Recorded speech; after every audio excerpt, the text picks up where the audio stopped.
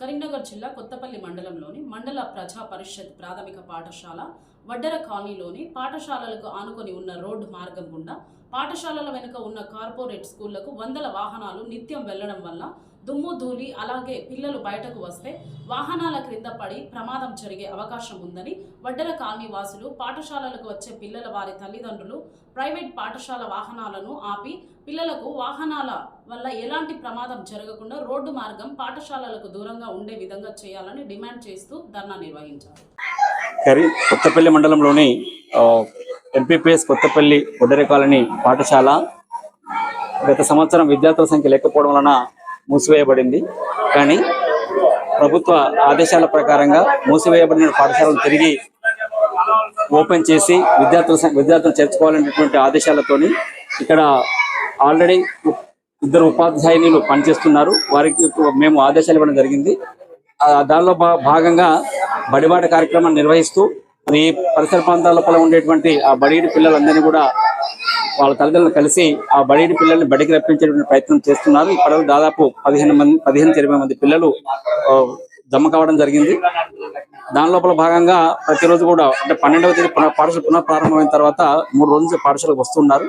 కానీ ఇక్కడ పాఠశాలకు పరిస్థితి పాఠశాలకు కంప్లీట్ గా ఎదురుగానే ఒక ప్రధాన రహదారి ఉంది, ఒక ప్రైవేట్ పాఠశాలకు వెళ్ళేటువంటి దారి ఉంది. ఆ దారి వెంబడి ఎక్కువ సంఖ్య లోపల వాహనాలు వెళ్ళడం వల్ల విద్యార్థులకు కాస్త ప్రమాదకరంగా ఉంది. నేను కూడా స్వయంగా ఇక్కడ వచ్చి చూడడం జరిగింది.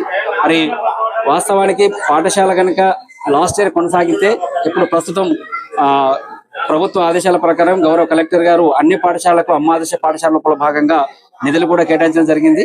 అయినప్పటికీ అంటే లాస్ట్ ఇయర్ స్ట్రెంత్ లేకపోవడం వలన ఈ పాఠశాలకి పరిగణలో తీసుకోలేదు.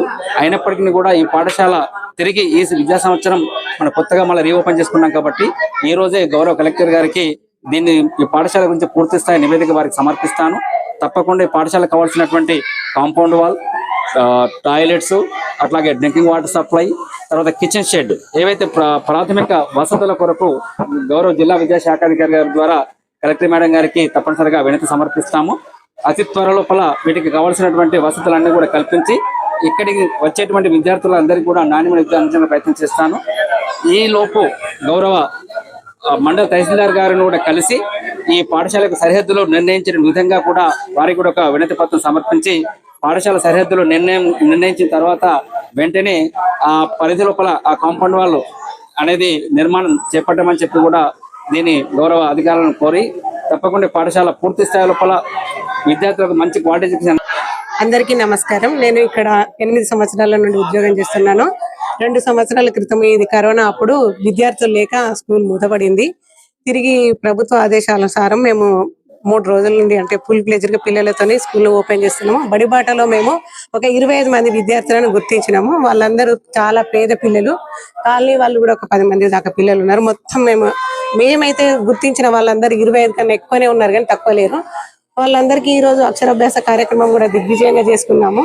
అయితే మాకు ప్రధానంగా ఉన్న బాధ ఏంటంటే స్కూల్ ఆనుకునే ఒక రోడ్డు ఉన్నది. ఇంతకు ముందు ఇక్కడ నుండి ఇన్ని వాహనాలు వెళ్ళకపోతుండే. ఇప్పుడు దాదాపు ఒక 60-70 వాహనాలు ప్రతి రోజు పొద్దున, మధ్యాహ్నం, సాయంత్రం పోయే వరకు చాలా ఇబ్బందిగా ఉంది. మాకు ఇట్లా పాఠశాల కాంపౌండ్ వాల్ లేదు, మళ్ళీ ఒకటి మరుగుదొడ్లుగిన ఏవి లేవు, డ్రింకింగ్ వాటర్ కూడా ఏది లేదు.